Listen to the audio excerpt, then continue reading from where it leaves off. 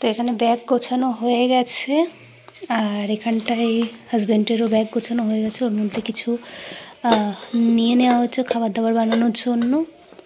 আর এখানটায় দেখো আমাদের টুকটাক খাবারের জন্য, মানে ম্যাক্সিমাম আমিই খাবো, ও তো খেতে পারবে না, ওর ডায়েট চলছে। আর এখানেও একটা ব্যাগ আছে, তার মধ্যে কিছু জিনিস নিয়ে নিয়েছি যেটা ট্রেনে কাজে লাগবে। আর বাকি এই যে খাবার দাবার প্রচুর পরিমাণে নিয়ে নিয়েছি। এখানে শসা আছে, তো এইগুলো লাগবে হলো ট্রেনে। Hi, welcome to my channel. আমি স্বর্ণময়ী নিয়ে চলে এসেছি নতুন একটা ভ্লগ। আশা করি তোমরা সবাই ভালো আছো, আমিও বেশ ভালো আছি। তো টুকটাক কী খাবার দাবার নিয়েছি ভাবলাম তোমাদেরকে আবারও দেখিয়ে দিই। আর এইদিকে তো নিচে আরও কিছু খাবার দাবার আছে, সেগুলোও গোছানোর আছে।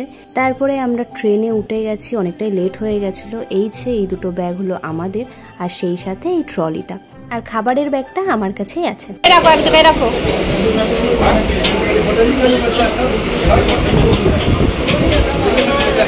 শিয়ালদাতে পৌঁছেও গেছি আর ওয়েট করছি।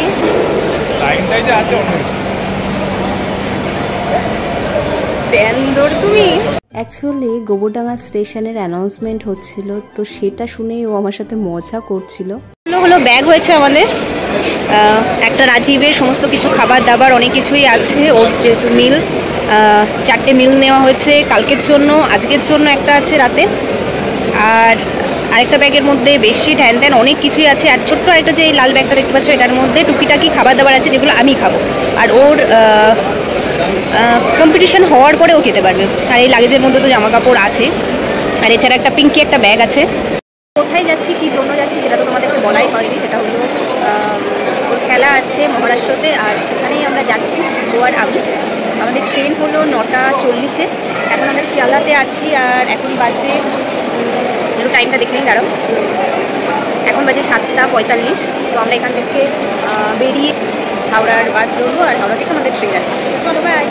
তো স্টেশনের বাইরে আমরা চলে এসেছি, আর এখান থেকে আমার হাজবেন্ড একটা ওলা বুক করছে, ওই জন্য আমরা এখানে ওয়েট করছি। তো চলো একটু সামনের দিকে এগিয়ে যাই। আর তারপরে আমরা হাওড়া স্টেশন পৌঁছেও গেছি। তারপরে আমরা ট্রেনেও উঠে গেছি এবং ট্রেন ছেড়েও দিয়েছে। আর এটা হলো রাতের বেলায়। তো এই ভিডিও ক্লিপসটা আমি নিচ্ছিলাম দুটোর দিকটা করে। আর এটা হলো নেক্সট ডে সকাল বেলায় আমার হাজবেন্ড একটু বেরিয়েছে কিছু খাবার দাবার নেওয়ার জন্য। সবই খাবার দাবার ছিল, কিন্তু ও একটু বেরিয়েছিল যেহেতু এত ঘন্টা ধরে একই জায়গায় বসে থেকে ভালোও লাগছিল না।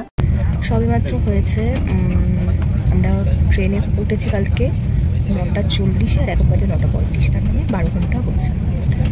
তো সবে 12 ঘন্টা হচ্ছে, আর আমাদের আজ পুরো সারাদিন থাকতে হবে।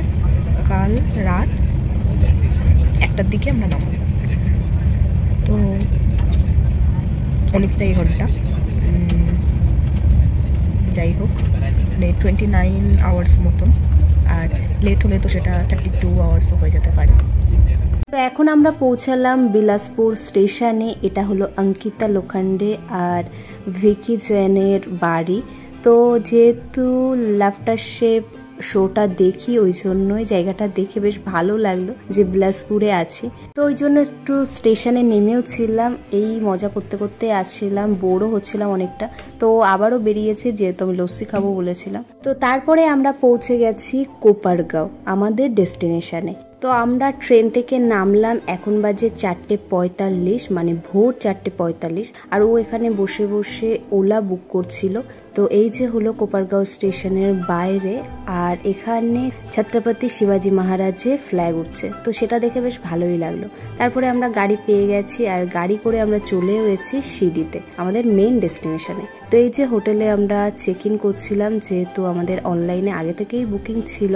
আর এই যে রাতের বেলায় যে মন্দিরটা দেখাচ্ছিলাম, সেটাই হলো এই মন্দিরটা। তো এই যে হলো আমাদের হোটেলটা, হোটেল সিডি পার্ক ইন। আর আমরা সেখান থেকে রেডি হয়ে বেরিয়ে পড়েছি। ওর ওয়েট দেওয়ার আছে, আজকে হলো ওর ওয়েট দেওয়া, আর কাল আর পরশু হলো দুটো খেলা আছে। তো তার জন্য ওয়েট দিতে আসা হয়েছে, এখানেই হবে সমস্ত খেলাটা। তো প্রচুর পরিমাণে দেখতে পাচ্ছ অ্যাথলিটসরা চলে এসছে, অনেক ভিড়, এবং আরও পরেও এসছে।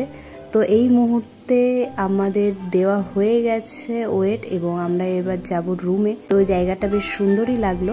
আর তারপরে আমরা সন্ধ্যাবেলায় আবার চলে এসেছি পাওয়ার জোন জিম। তো ও একটু এক্সারসাইজ করবে বলে এসছে। তো এখানে জিমটা বেশ সুন্দর, খুবই ভালো দাদাটা। রাজীব জাস্ট একবার বলেছে ফোন করে যে আপনার জিমে যাবো এবং এক্সারসাইজ করব, একদিনের প্যাকেজ কেমন কি আছে। তো সেই দাদাটা বলল কোনো ব্যাপার না, তুমি চলে আসো, কোনো কিচ্ছু লাগবে না, তুমি যতক্ষণ ইচ্ছা এক্সারসাইজ করে যাও। তো খুবই ভালো লাগলো। এসে দেখলাম আরও কিছু অ্যাথলেটস তারাও এসছে।